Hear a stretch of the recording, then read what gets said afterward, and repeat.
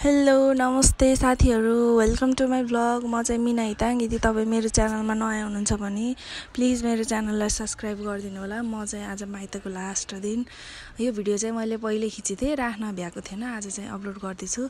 म चाहिँ सुरु बिहान उठेर अनि मटर पिने, अनि त्यसपछि मटर पिनिसकेपछि हाम्रो घर पनि अझै पनि जाँतो छ पहिल्यैको।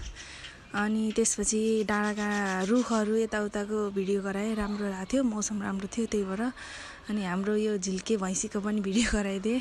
यो पनि फेमस हुन चाहन्थ्यो, त्यही भएर सबैले मलाई देखुन् म यो गोठमा भएँ भनेर बिचराले आफ्नो पीडा व्यक्त गर्दै थियो। अनि मैले काफलको बुटामा गएँ, काफल खाएँ।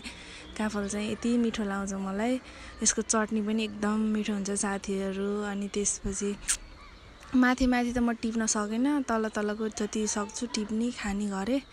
धेरै त टिप्न सकेन, अब यति। अब अरू सबै काँचो थियो, पाकेको चाहिँ माथि थियो। अनि हामी दिउँसो 12 बजीतिर बाख्रा हेर्न गयौँ। अनि बाख्रा चाहिँ हामी भदै म बुहारी मेरो छोरी भएर बाख्रा हेर्न गयौँ। अनि यसरी हामीले बाख्रालाई रोडमा वनतिर लगेर चरायौँ।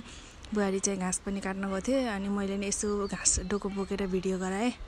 अनि बुहारीले चाहिँ यसरी घाँस काट्दै थिइन्, अनि मैले चाहिँ भिडियो गराउँदै बाख्रा हेर्दै गरेँ। अनि यो चाहिँ मेरो भदै हो, भदैले चाहिँ बाख्रा डोराउँदैछ। यो चाहिँ मेरो छोरीले चाहिँ हाई भन्दैछ। अनि त्यसपछि हाम्रो भदैले चाहिँ यसरी बाख्रा डोराउँदैछ। यत्रिको पुन्टे भयो नि बाख्राको चाहिँ साथी भनौँ। अनि यो चाहिँ त्यो ठुलो बाख्राको छोरी हो। अनि यसलाई चाहिँ कसैले माया गर्दैन कि, त्यो बाख्राहरूले ठुल्ठुलोले आफ्नो आमाले माया गर्दैन, यसलाई एक्लै छोडिदिन्छ। अनि त्यही भएर मैले चाहिँ यसलाई काखमा लिगेँ। अनि त्यसपछि अनि म अलि तल गएँ, औँसली पाके रहेछ, औँसली खाएँ। औँसली चाहिँ कति धेरै थियो साथीहरू, अप्ठ्यारो ठाउँमा जतिसम्म जान सक्छु गएँ, टिपेँ, खाएँ। अब टाढाबाट चाहिँ हेर्दै मुखमा पानी लिँदै बस्दै, अब नजिक जान सकिँदैन, एकदम अप्ठ्यारो ठाउँमा छ। अनि त्यसपछि हातमा लिएर मैले यसो भिडियो पनि गराएँ। अनि साथीहरू बाख्राले चाहिँ मलाई यति दुःख दियो नि, एक राउन्ड हान्ने गरी यताबाट लगो बाख्रा उतासम्म डुलाइदियो। अनि म बाख्राको पछि यो चाहिँ हाम्रो मर्दीखोला उवास बजार, त्यो चाहिँ हाम्रो घर। अहिले चाहिँ हाम्रो नयाँ घर बन्दैछ। अनि त्यो चाहिँ मेरो घर हो, त्यो अग्लो।